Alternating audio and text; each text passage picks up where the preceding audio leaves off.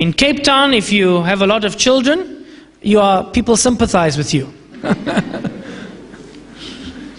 You know, and people ask me how many children I've got. I say, no, I'm not one. I don't play for the Premier League. I'm in the 3rd division. My wife and I, we've only got 4 children. Our beloved Sheikh Irfan and Sheikh Ibrahim Abrams, mashallah, they are in the Premier Division. Man, 13 kinders. Allahu Akbar. That's a soccer team with 2 reserves. Yeah? And subhanAllah, I mean, if you look at our community, you know, 50 years, maybe even go back further, 100 years, you would seldom find a household with less than 10 children in the household. And dan was nog, how do you say orphans in Afrikaans?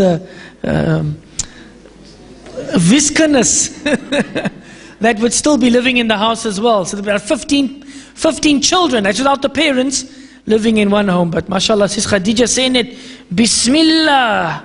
And that small pot of food has got so much barakah that it feeds those children, mom and dad, and the people that come and knock on the door that are hungry and have no place to sleep. That was the barakah of those days. Allah subhanahu wa ta'ala return that barakah to us. Ameen. So al-ujub bi-kathrat al-adad min al-awlad.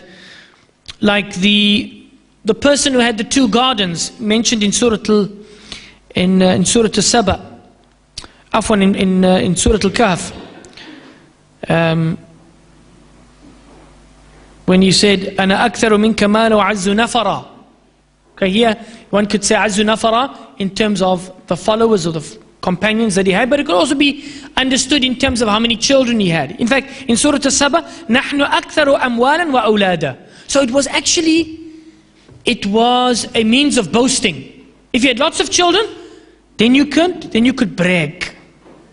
But we Muslims, do we brag? I must tell you a little joke. I'll never forget when I wanted to embrace Islam, and I had this Christian so-called colored friend. And when he heard that I wanted to become a Muslim, he said, Kiki, Munio L.B.S. Rakka hiko voorgooi nie. I said, L.B.S., what does that mean? He said, lig, breek and steal.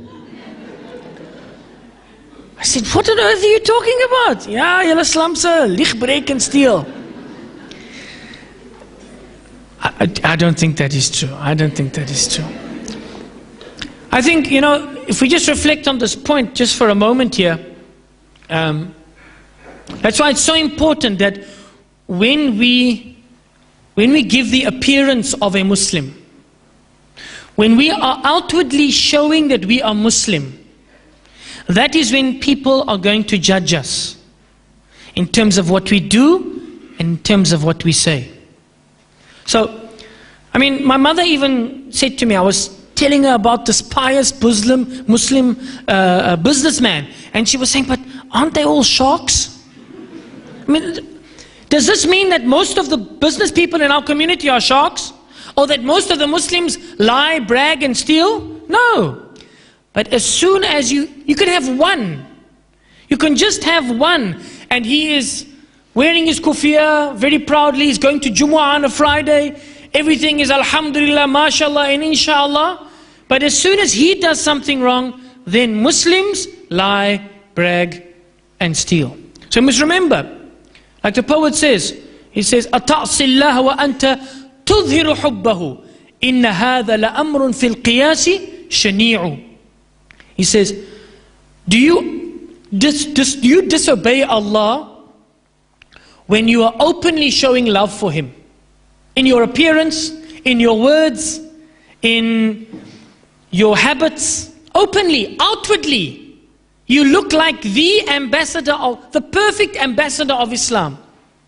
I mean, people tell me, you know, this guy het vir my 'n kop aangesit, he ripped me off, but heel dag hy loop in 'n top.